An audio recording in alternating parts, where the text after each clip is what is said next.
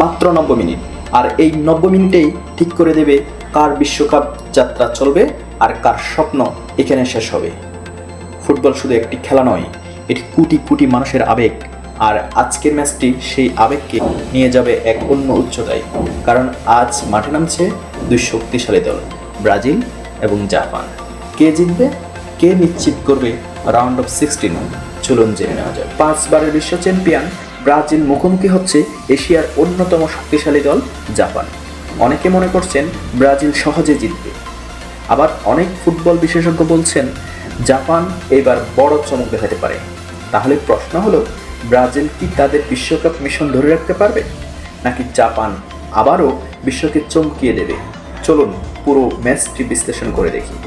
এটি FIFA world cup 2026 এর round of 32 match. এই রাউন্ডে কোনো দ্বিতীয় সুযোগ নেই, কারণ এটি নকআউট স্টেজ। জলীয় দল সরাসরি চলে যাবে রাউন্ড অফ 16-এ, আর পরাজিত দলকে বিশ্বকাপ থেকে বিদায় নিতে হবে। তাই শুরু থেকেই দুই দল নিজেদের সেরাটা দেখার চেষ্টা করবে। এই ধরনের ম্যাচ একটি ছোট ভুলেও পুরো ম্যাচের ফলাফল বদলে দিতে পারে।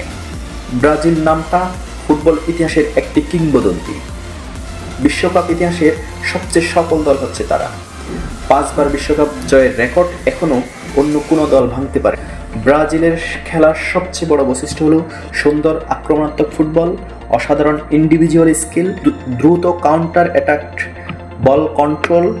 বর্তমান ব্রাজিল দলে রয়েছে বিশ্বের সেরা কিছু ফুটবলার। বিশেষ করে আক্রমণ ভাগে তাদের গতি, ড্রিবলিং যে কোনো ডিফেন্সের জন্য বড় হুমকি। যদি ব্রাজিল শুরুতেই গোল করতে পারে তাহলে ম্যাচের নিয়ন্ত্রণ তাদের হাতেই থাকবে। তবে ডিফেন্সের সামান্য ভুল করলেই জাপান সে সুযোগ নিতে একটু দেরি করবে না। জাপান এখন আর শুধুমাত্র এশিয়ার শক্তিশালী দল নয়, তারা এখন বিশ্বের বড় বড় দলের জন্য কঠিন প্রতিপক্ষ। গত কয়েকটি বিশ্বকাপে জার্মানি, স্পেনের মতো দলগুলোর বিপক্ষেও তারা অসাধারণ পারফরমেন্স দেখিয়েছে। জাপানের সবচেয়ে বড় শক্তি হলো team work, discipline, high press, দ্রুত কাউন্টার অ্যাটাক। জাপান খুব বেশি ইন্ডিভিজুয়াল স্কিলের উপর নির্ভর করে না, বরং পুরো দল একসঙ্গে পরিকল্পনা অনুযায়ী খেলে। তাই ব্রাজিল যদি একটু অসাবধান হয় তাহলে জাপান ম্যাচের মোড় ঘুরিয়ে দিতে পারে। এখন যদি হেড টু হেড রেকর্ডের দিকে তাকাই, ব্রাজিল এবং জাপান আন্তর্জাতিক ফুটবলে কয়েকবার মুখোমুখি হয়েছে। সেখানে ব্রাজিলের রেকর্ড অনেক ভালো, তবে ওয়ার্ল্ড কাপ এর নকআউট স্টেজ সম্পূর্ণ ভিন্ন।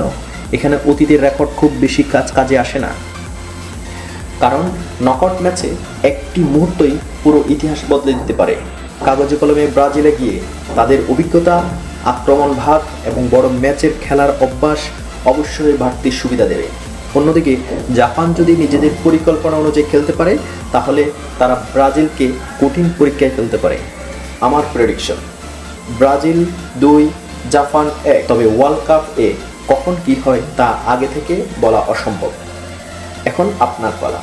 আপনার মতে আজকের ম্যাচ কে জিতবে, ব্রাজিল নাকি জাপান? আর স্কোর কত হতে পারে? কমেন্টে আপনার প্রেডিকশন লিখে জানান। এবং ফিফা ওয়ার্ল্ড কাপ 2026 এর প্রতিটি ম্যাচ বিশ্লেষণ, হাইলাইটস, লেটেস্ট আপডেট এবং ফুটবল ডকুমেন্টারি দেখতে এখনই ওয়ার্ল্ড 360 অফিসিয়াল চ্যানেল সাবস্ক্রাইব করুন। দেখা হবে পরবর্তী ভিডিওতে। ধন্যবাদ।